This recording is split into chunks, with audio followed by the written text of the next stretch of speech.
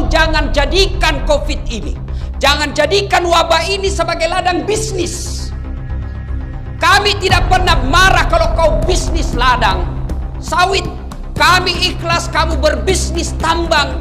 Tapi tolong jangan jadikan COVID ini sebagai ladang bisnis di antara kalian. Kasihan masyarakat kita.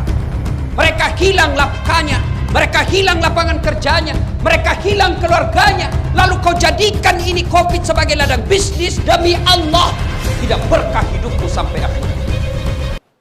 Subhanallah walhamdulillah wa la ilaha illallah.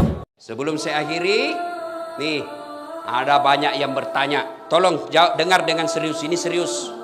Ini banyak yang bertanya di medsos. Supaya sekali jawab enak sini. Ustadz, bagaimana pendapat Ustadz tentang penutupan masjid selama PPKM di Jakarta? Satu, saya pengikut fatwa Majelis Ulama, bukan pribadi. Ustadz manapun saya lebih memilih Ustadz Majelis Ulama, bukan pribadinya. Namanya majelis, kumpulan orang-orang hebat di dalam Majelis Ulama.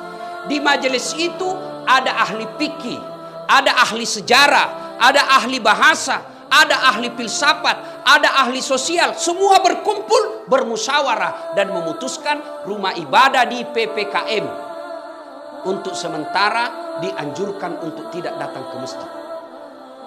Tapi di Jakarta, bukan di Pindrang. Tidak semua masjid di Indonesia ditutup, khusus Jakarta. Kenapa Jakarta?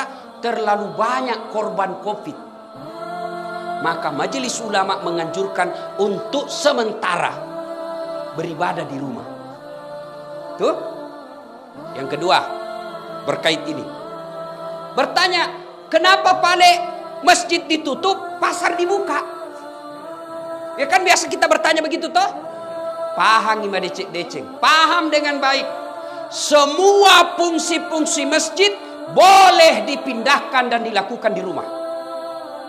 Saya ulang, semua fungsi-fungsi masjid boleh dipindah ke rumah dan dilaksanakan di rumah.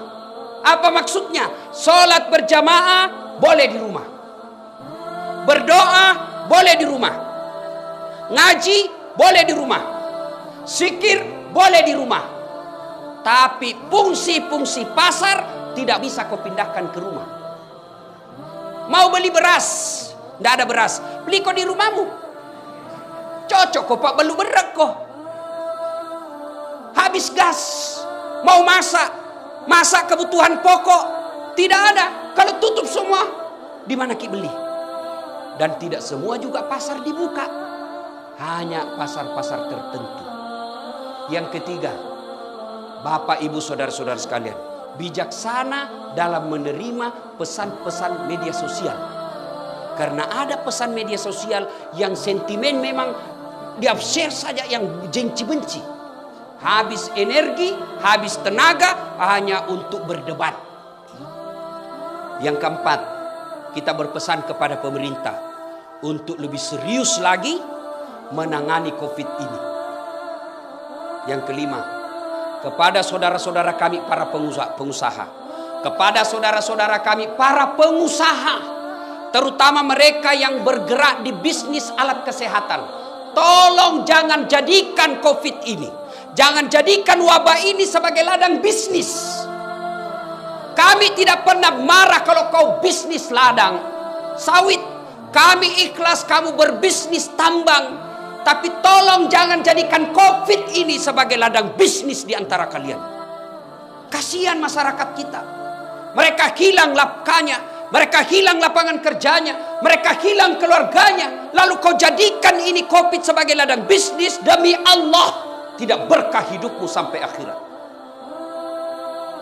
Mudah-mudahan COVID ini segera berlalu. Tidak enak kita punya hidup selama COVID. Kemana-mana tutup masker. Kemana-mana kita selalu stres. Sampai di rumah ada juga lebih menakutkan lagi. Mak jaluk mak taruh benewe.